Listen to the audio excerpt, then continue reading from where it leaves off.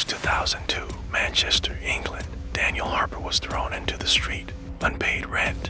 A furious landlord. Neighbors watched from their windows, some with pity, others with smirks. Daniel gathered what little he had, his hands trembling, his pride shattered. He wandered the streets until nightfall, his anger festering like a wound. That night, he found himself at Hollow Street's crumbling church, a place abandoned to rot. Left behind by even the bravest, he knelt before the broken altar, lit a blackened candle and spoke words whispered by old, forgotten tongues. They answered from the darkness. A figure emerged, tall, grotesque, crowned with a crimson inverted cross burned into its forehead.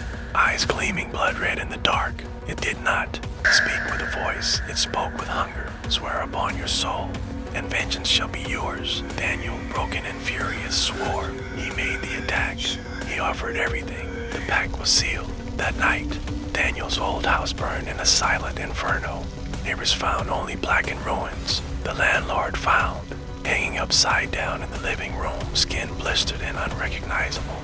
Daniel watched from across the street. At last, peace. Days passed. Daniel found a new place. A small, quiet apartment across town. He cleaned himself up. Found a job stacking shelves at a supermarket. Started to laugh again. Life seemed good. Except for the dreams, they started gently, a soft tapping at the window, the creak of floorboards. Always just before dawn, he'd wake up sweating, breathless, heart racing. Bruises appeared on his arms, small scratches across his ribs. At first he blamed the cheap mattress, the rough walls, but each morning the marks grew worse. By the seventh night, he woke to find deep claw marks across his back. Still, he stayed, still. He denied until the night the whispers returned. Faint at first, murmuring in a language he didn't understand. The windows cracked, the lights shattered, the doors slammed. His breath froze in his throat. Something unseen moved across the room, was slow, deliberate.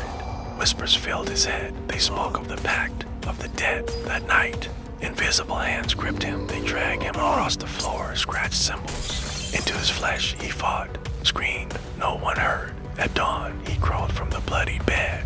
Barely alive, desperate, Daniel stumbled back to the old church. He begged to undo the pact. He offered anything. No answer came. As he staggered back home, there it stood, the figure waiting at his door, red eyes, crimson-marked forehead.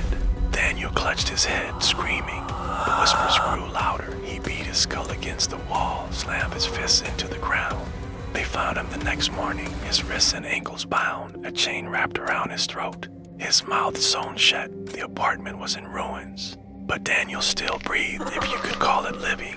He was taken to St. Mary's Psychiatric Hospital, unresponsive, eyes blank. But at night, in the padded cell, he still heard them, the dragging chains, the whispers, and sometimes, just before dawn, he would cry softly without moving. The pact cannot be broken.